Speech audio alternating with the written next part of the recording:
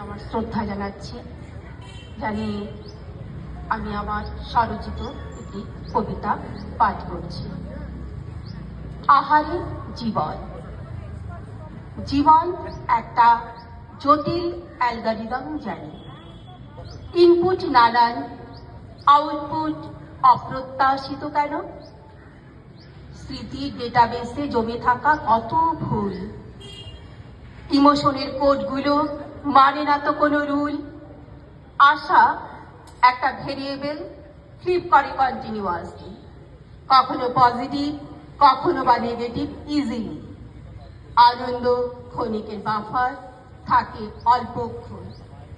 বেদনার persistent storage দীর্ঘস্থায়ী হয় তার ক্ষণ। সম্পর্ক নেটওয়ার্কের মতো জটিল তার জাল। কানেকশন লস্ট হলে বাড়ে শুধু ভেজাল। বিশ্বাস একটা দুর্বল পাসওয়ার্ড, প্রায়শই হয় হ্যাক।